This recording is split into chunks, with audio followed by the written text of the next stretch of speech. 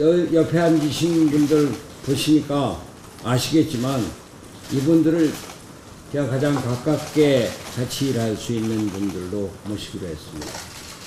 사무총장의 오신환 의원님, 또 수석대변인의 김삼화 전 총장님, 또 비서실장의 최입의 정책위원회 의장 권한대. 우선 당장 급한 대로 당 사무처를 줄여야 되고 저하고 같이 일을 해야 될 비서실장과 수석대변인 이렇게 임명하겠습니다. 차후 인선은 조금 더 의논을 해서 하려고 합니다. 우리 사무총장 한마디 하시죠. 예, 지금 당이 이제 손학규 대표님 체제에서 시작하면서 우리가 해야 될 많은 역할들이 있다라고 생각합니다. 또 대표님 선거 과정에서 우리 당원들과 국민들께 약속한 부분들이 있기 때문에 사무처가 그 통합하는 과정 속에서 많은 상처들과 아픔이 있었지만 또 그 역할을 저와 오늘 임명되신 최입의 비서실장 또 여기 김삼화 의원님도 같이 당뇨혁신 특위에서 일을 해봤기 때문에 같이 잘 의논하고 또 손학규 대표님 또 최고위원님도 잘 모시고 잘 운영될 수 있도록 최선의 노력을 다하겠습니다. 우리 언론 여러분 크게 관심 가져주시고 바른미래당이 그 가치를 실현할 수 있도록 같이 응원해 주시고 열심히 하도록 하겠습니다. 고맙습니다. 안녕하십니까. 수석대변인으로 일하게 된 김삼화 의원입니다.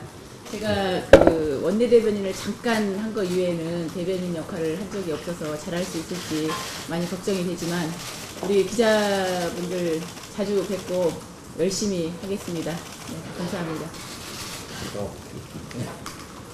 예, 비서실장을 맡게 된 최유입니다. 지금까지 당의 정책 부분에 있어서 열심히 해왔었고요. 이제 앞으로는 당대표님, 또 최고위원님들 모시고 지금까지 바른미래당이 창당의 진행 과정이었다고 본다면 이제 창당을 완성하는 그 과정에 제가 힘을 보태도록 하겠습니다. 많은 관심 가져주시기 바랍니다.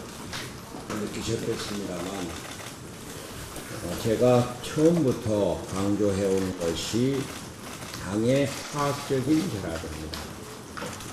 국민의당과 민정당이 통합을 했지만 당사도 두 개를 썼고 사무처도 두 개로 나뉘어져 있었습니다. 전임 특히 비대위원회에서 많은 노력을 하셔서 당사도 이제 하나가 되고 사무처도 하나가 됐습니다. 이제 우리 당의 그 살림부터 과학적으로 하나를 결합을 해서 하는데 역시 오신환 의원께서 필요한 비대위원고 또 그 전에 정례대책 본부의 본부장으로 또 본인이 갖고 있는 정치적인 역량 이런 것으로 당을 하나로 화합하는 데 가장 훌륭한 인재가 될 것이다 이렇게 생각해서 사무총장으로 모셨고 최입의 비서실장은 사실 정책에서 계속 일을 해야 하는데 우리 당을 제가 당 대표로서 하나로 화합을 하고 당의 내부적인 혁신과 개혁을 해나가는 것이 우선 필요하기 때문에 최입의 의원의 역량을 여기에 같이 쓰도록 하는 생각이었습니다. 또 수석대변인 김삼화 의원은 당의 사무총장으로 일을 국민의당 사무총장으로 많이 하셨고 이번에 선거관리위원회 위원장으로 아주 역할을 크게 하셨습니다. 여러분들이 잘 아시다시피 저는 사실 잘 몰랐습니다만 선거관리위원회가 끝까지 그렇게 고생을 하는 이런 자리인 줄 몰랐는데 다 역량으로 다 소화를 해내셨습니다. 우리 당에 사실 그 인재풀이 그렇게 많지가 않습니다. 국회의원이 30명이지만 뭐 이렇게 저렇게 해서 실제 실용적으로 쓸 수 있는 의원들이 많지 않아서 이분들이 하셔야 될 일이 많은데도 불구하고 사무총장과 비서실장과 대변인을 맡아주신 데 대해서 대단히 깊이 감사를 드리고 여러분들께서 자꾸 협조해 주시기 바랍니다. 뭐 질문 있으면 하세요.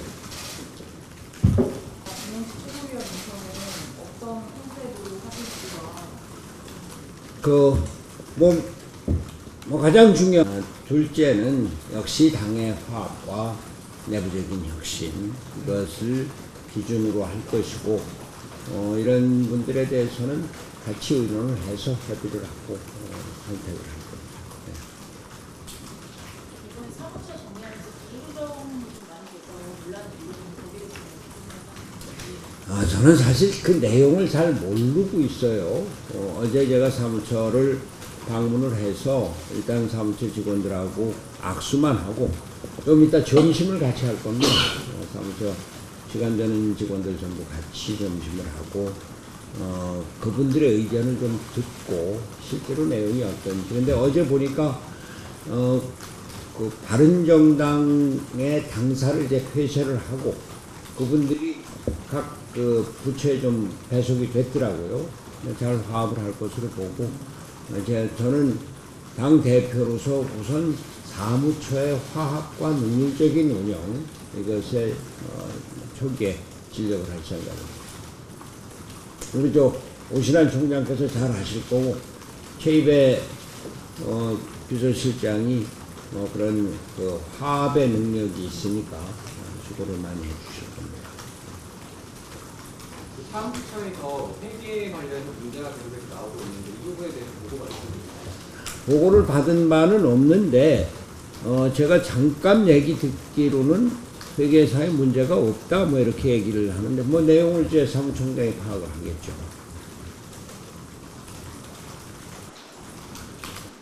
대통령이랑 여야 대표 회담 지금 일정 논의 중이신 걸로 알고 있는데 이나 교류를 소통을 했어요. 전화가 왔었고 비서실장, 정무수석이 화분을 가져왔고 또 저녁에 방송의 날 행사에서 사전에 간담회가 티타임이 있었습니다. 대통령이 저하고 예찬 대표를 양옆에 이렇게 해서 조금 얘기를 했는데 한번 모시겠다 하는 얘기는 전화로도 했고 또 어제 만나서도 했는데 대통령의 결정 사항이니까 또 보시죠. 어제 대통령께서도 하셨고 오늘은 이해찬 대표가 헌정 선언 기준안 요청을 했는데요. 이해찬 대표님 생각은 어떠십니까? 저는 기본적으로 남북 평화 문제에 대해서 우리 당이 적극적으로 협조를 해야 된다는 생각입니다.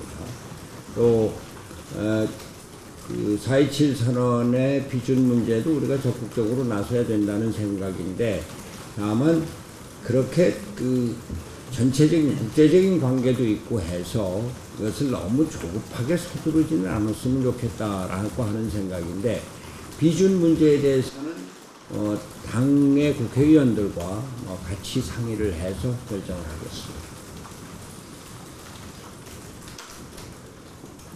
원외 분들이 좀 예. 많잖아요. 예. 그래서 앞으로 정기국회 앞두고 제 지도부가 좀 어떤 방향으로 다른가 정기국회에 그 역할을 할 수 있을지. 우리 국회가 김관영 원내대표 중심으로 해서 잘 운영이 되고 있다고 봅니다. 어제 정기국회를 위한 워크숍도 또 효과적으로 잘 진행이 됐고 워낙은 1박 2일로 할 예정이었는데 당 대표 최고위원 선출 때문에 시간이 늦어져서 그냥 당일치기로 할 수밖에 없다는 얘기를 들었고 끝나고 나서 국회의원들 거의 대다수가 같이 저녁도 하고 또 막걸리도 한잔 했습니다. 그러면서 우리 당의 국회의원들이 아주 효율적으로 움직이고 있다 이런 생각이고 지금 비서실장이 됐습니다만 어제 워크숍을 주재한 최입의 정책위원장 권한대행과 그 역할을 잘 하시고 해서 저는 크게 걱정은 하지 않고 있습니다. 아까 당의 원내대표로부터 전화를 받았는데 당 대표 연설 뭐 당연히 대표가 해야 되겠지만 뭐 대표님이 원외에 계시니까 그걸 당연히 원내대표가 해야죠. 근데 원내대표의 연설에 대해서도 같이 의원들과 협의를 하겠다고 하는. 그래서 지금 우리 당의 가장 큰 중요한 문제는 제가 그 당대표 선출에 나와서부터 얘기를 했습니다만 그 당의 화합이고 단합해서 이런 소통이 잘 이루어지면은 우리 당 소속 국회의원들이 숫자는 적지만 가능력을 갖고 있는 분들이라 적극적으로 대처해 나갈 것으로 생각합니다.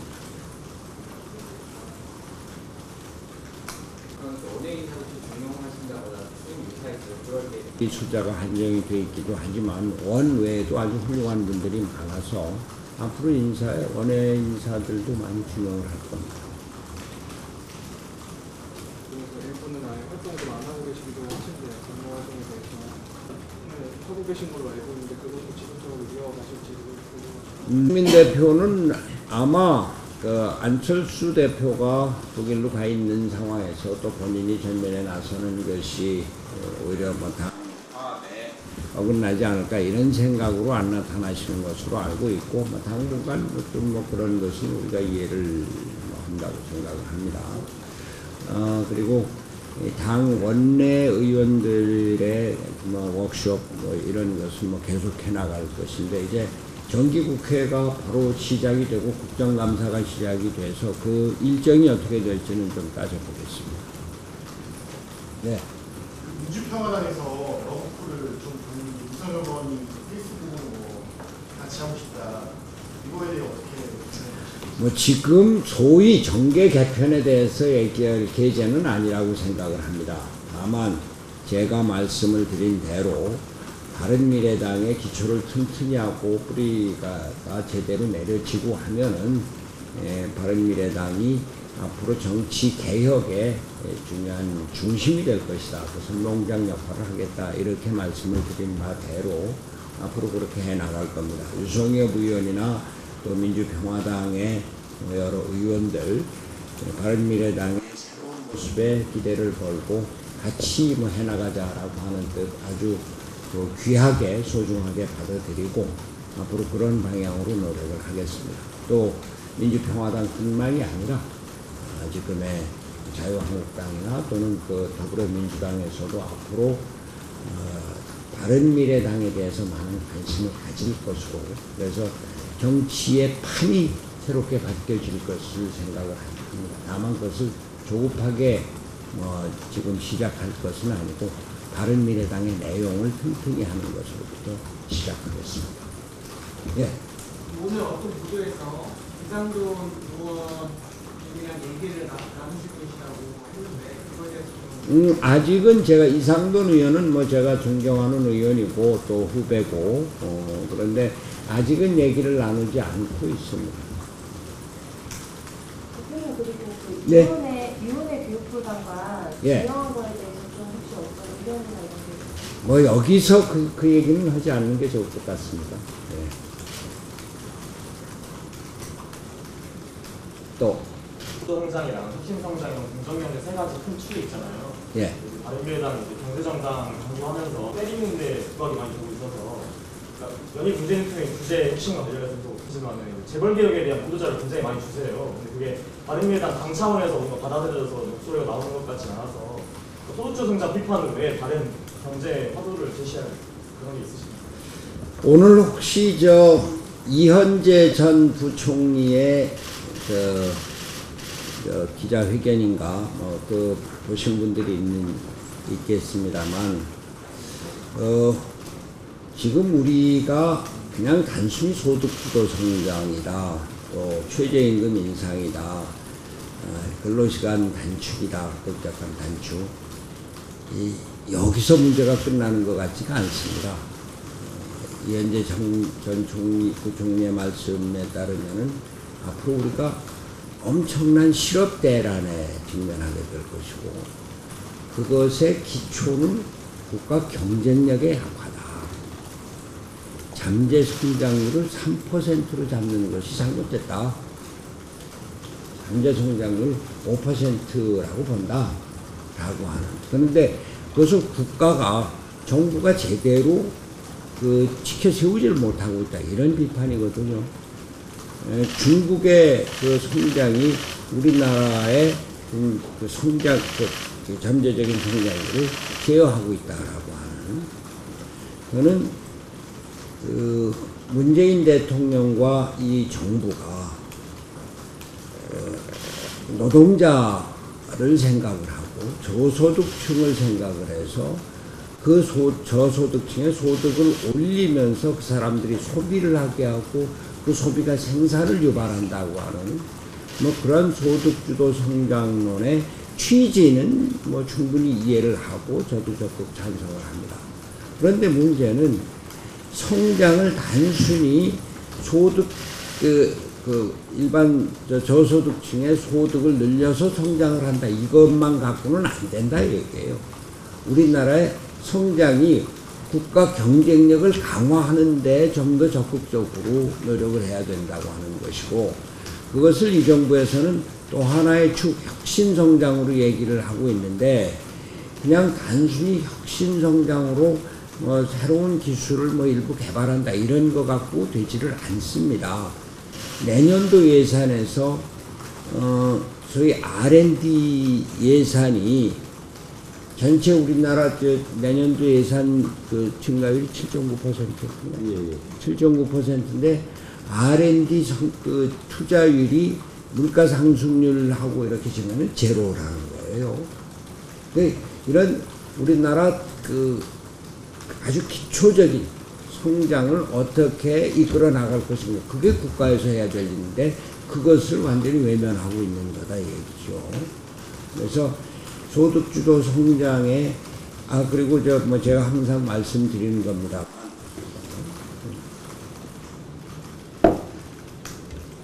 그 최저임금을 올려야죠. 또 근로시간 단축해야죠. 근데 그것을 줄 수 있는 소위 그 지불 능력을 갖고 있느냐 얘기입니다. 근데 우리가 뭐 경쟁이다, 을의 전쟁이다 이렇게 얘기를 합니다만, 중소기업이나 자영업자들은 최저임금을 그렇게 줄 만한 급격하게 인상을 해서 그걸 줄 능력이 없는데, 그렇게 급격하게 그 인상을 하니까, 그러니까 사람을 자를 수밖에 없잖아요. 그러니까 실업률이 늘 수밖에 없고, 그것에 따라서 작년에 비해서 금년에 뭐 5,000명밖에 늘지 않았다. 일자리에서는 54조 책정을 하고 실제로 43조인가 그렇게 썼는데, 그러니까 그것이 잘못됐다라고 하는 거죠. 그래서 그냥 뭐 여야 간에 뭐 협치를 한다. 단순히 협조해달라고 하는 것이 협치가 아니고, 우리 정책이 이렇게 됐는데 정책을 그럼 어떻게 바꾸자. 그 성장 정책으로 나가자. 성장을 함께 하는 정책으로 나가자라고 하는 정책적인 협의를 통해서 그것이 정책과 노선의 합의가 된 뒤에야 협치가 가능하다. 그게 제가 주장하는 겁니다. 또 뭐 말씀하실 거 있습니다. 뭐 얼마나 자주 할 수 있을지는 모르겠습니다만, 이렇게 기자간담회를 통해서 말씀을 나누고, 또 경우에 따라서는 저녁에 막걸리도 한잔 할 수 있고 그래요. 하나만 또 그러니까 어제 어디죠? 아니 저는 중앙뉴스 박효연이라고. 중앙일보? 중앙뉴스. 중앙뉴스에? 어제 이제 국회의장님이랑 이제 예방하실 때 이인상 국회의장과 예방하실 때 봤었는데, 손 대표님께서 계속 얘기하시는 게 분권형 개헌, 그다음에 선거제도 개혁, 이 두 가지 화두잖아요. 근데 그 제도화가 쉽지 않으니까 그 전에 그러니까 이제 청와대 주도의 국정 운영은 패권 정치고, 그다음에 이제 야당이랑 협치를 잘 안 한다 이렇게 비판을 많이 하셨는데, 개헌이랑 선거제도 개혁 이전에 협치를 좀 늘려야 한다는 그 방향성에서 아까 방금 말씀하신 그 정책에서 좀 이렇게 논의를 하고 이제 뭐 그렇게 하자 이렇게 하셨는데, 지금 대통령께서 이제 그 여야정 국정 상설협의체도 합의를 하셨고 정례화를 합의하셨는데 구체적인 방향 있으신가요? 그러니까 협치의 제도화 이전에 그러니까 우리나라가 지금 저 대통령과 청와대 중심의 정치를 해나가고 있지 않습니까? 여야 간 회담보다 청와대에서 그 권력을, 그 정책에 대한 그 권력을 그 국회로 또 내각으로 내려주는 것, 이것이 선행이 돼야 됩니다. 그래야지 여야 간 협의를 하면 뭐래요? 그 청와대에서 받지 않으면 끝인데. 예, 뭐 그런 정치 권력 구조의 개편이 있어야 된다. 그리고 여야 간 협의가 그것이 정책에 직접 반영이 될 수 있는 그러한 구조가 돼야 된다. 이 말씀